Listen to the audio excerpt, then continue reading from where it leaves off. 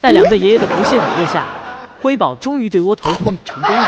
今天辉宝面对窝头，眼都不眨的就吃到了嘴里，而且没有丝毫的排斥反应。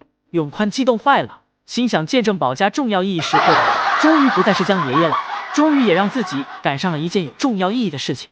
为了庆祝这一具有纪念意义的时刻，永宽从室外搬来了一块巨大的雪让姐妹俩玩耍。而为了确定辉宝真的能接受窝头了，永宽一会儿又拿来了许多小零食和窝头进行试验。辉宝看到永宽手里的小零食比瑞宝还要激动，现在辉宝已经没有弱点了。辉宝着急的挠着小亭子，想让永宽赶紧给自己小零食。姐妹俩统一剁好后，永宽也没有着急，而是先给姐妹俩一人喂了一块胡萝卜，让姐妹俩先开了开胃。等辉宝吃完胡萝卜后，永宽拿出一块窝头，辉宝非但没有抗拒，反而直接凑了上去。可以说辉宝真的接受窝头了，以后再也不用将窝头藏胡萝卜或小苹果里了。之后永宽将这一消息带给了圣西姨母，姨母听到后同样还是激动，很快也带着窝头和小零食也来到了园区，打算亲自确认一下。不过圣西姨母喊了半天，只喊下来了瑞宝，辉宝始终在树上不下来。不过姨母也没让瑞宝白下来，单独给瑞宝投喂了好几块小苹果。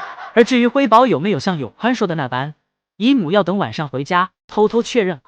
这么多年了，永宽拍照方式一点长进也没有，依旧是强行对脸拍，不过也是越来越疯了，居然让辉宝拿着手机进行拍摄。 이거 들래? 언제 우리 커서 혼자 셀카 촬영도 하고 그러나? 그래? 而这红色手柄的自拍杆看上去有些眼熟，这好像和以前拍福宝的那个是同一根。这从另一个角度去看，也算是一种传承了。以前拍摄福宝的自拍杆，现在又拍摄起了瑞宝、辉宝。以前福宝很喜欢爷爷，守在自己的身边，当然不是因为自拍，而是因为爷爷在身边，自己就有安全感。福宝不看镜头，而是总看向爷爷，还想和爷爷贴贴。这也导致永宽总喜欢和福宝拍照，就是想跟福宝凑近点，跟福宝贴贴。虽然在镜头中福宝的一个部位就能占满整个画面，而且给福宝每次都拍得奇形怪状的，但永宽总能夸出一系列的彩虹屁，夸起来也是一个角度。不过这自拍杆至少要比鱼眼相机拍得好看一些。不过有了福宝以前的一些经验，永宽也有所收敛。例如现在公布辉宝的腿长时，都是要考虑辉宝的 Q。以前福宝11一问想知道什么，送3岁就直接开量，觉得福宝的一切都拿得出手，量完还要表现出夸张的表情，这让福宝对着永宽就喊，是不是有点不礼貌了？爱宝等不到通道门打开，心中的情绪不亚于瑞宝、辉宝等不到小零食。爱宝的生物钟是很准的。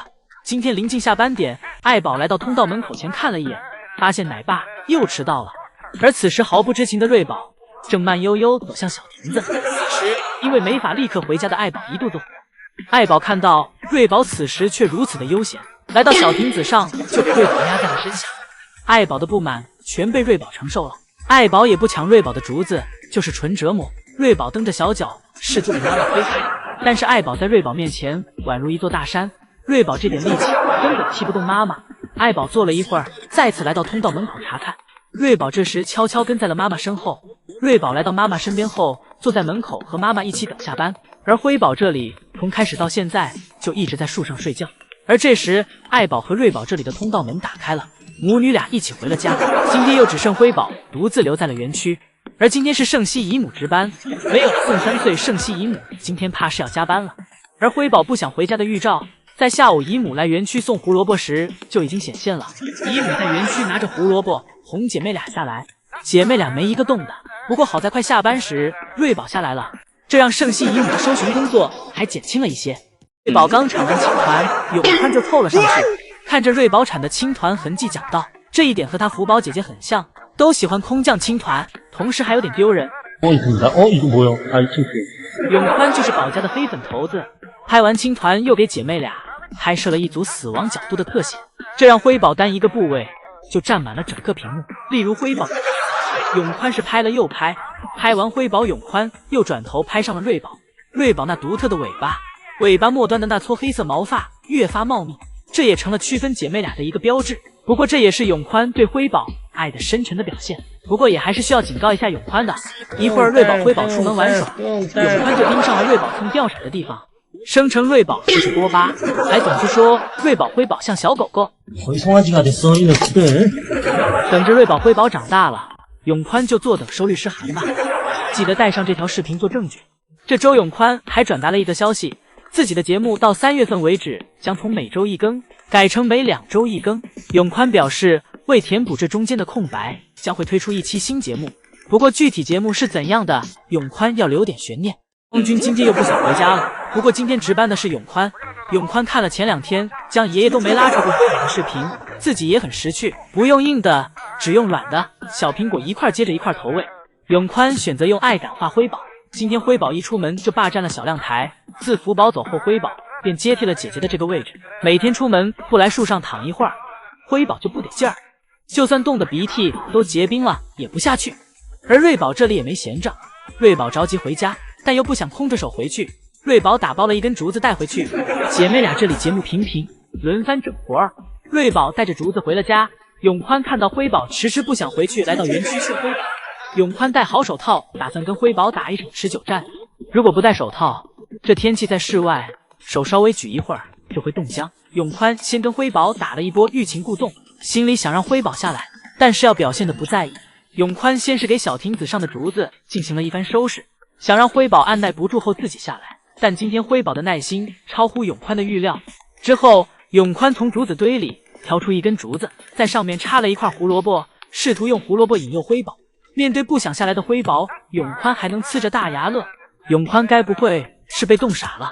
而辉宝现在已然不是2块小苹果就能够哄回去的了。辉宝不下树，永宽就在一旁发疯。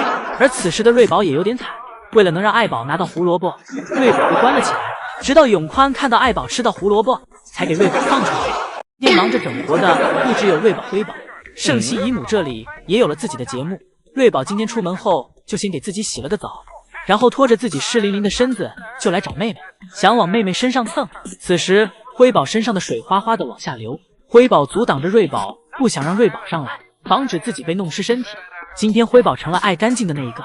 瑞宝上来后就给辉宝抱住了，并给辉宝按在身下，给辉宝当干毛巾了，把自己湿乎乎的身子全在辉宝身上擦干净了。此时爱宝悄悄路过，爱宝让姐妹俩自己玩，别过来招惹自己。辉宝费尽9牛2虎之力才给瑞宝赶下去。辉宝看到自己身上都脏了，也从树上下来了，打算自己也洗洗。瑞宝从辉宝眼前淌过，辉宝感觉水有点凉，最后还是没能真的走进小泳池。辉宝也是一直在成长的，自从自己在小瀑布前吃过亏后，辉宝这次选择走瀑布上来洗桥。